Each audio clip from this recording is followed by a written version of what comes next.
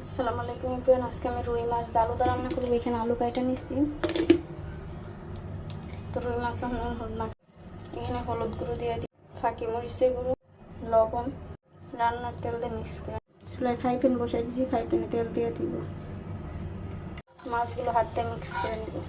মাছের হলুদ না খায় নিচ্ছি। এবার মাছগুলো দিয়ে দিব ফ্রাই প্যানে।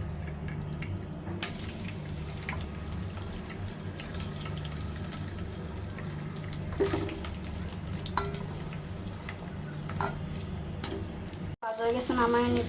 পেঁয়াজ কুচি দিয়ে দেবো। পেঁয়াজ কুচি দিব বাইরে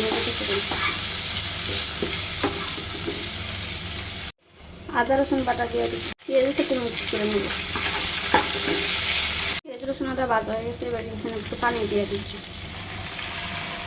এখানে হলুদ গুঁড়ো দিয়ে দিব, ফাঁকি মরিচের গুঁড়ো, লবণ, অল্প একটু জিরা গুঁড়ো দিয়ে দিই।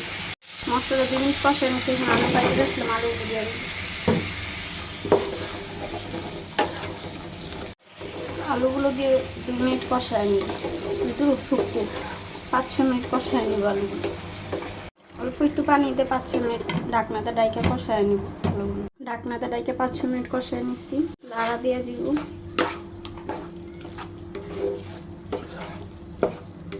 এখানে কয়েকটা টমেটো দিয়ে দিব।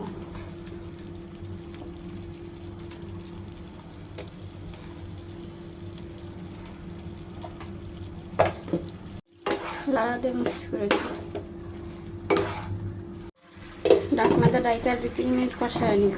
ঢাকনাটা খুলে লাড়া দিয়ে ঝোলের জন্য পানি দিয়ে দিব।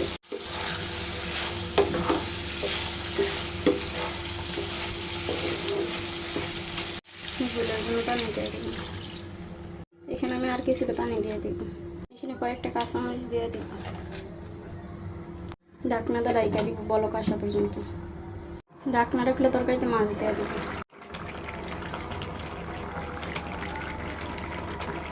এখানে 1 পিস ভাজা মাছ রাইখা দিব। আবার তরকারি দেওয়া মাছ খাইব না।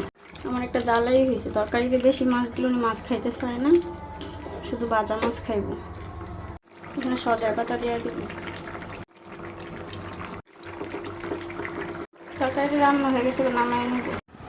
আমার রুই মাছ দিয়ে আলু তরকারি রান্না হয়ে গেছে। আপনারা রুই মাছ দিয়ে আলু তরকারি রান্না করে খাইয়ে দিই। কেমন লাগে সবাই ভালো থাকবেন। আসসালামু আলাইকুম।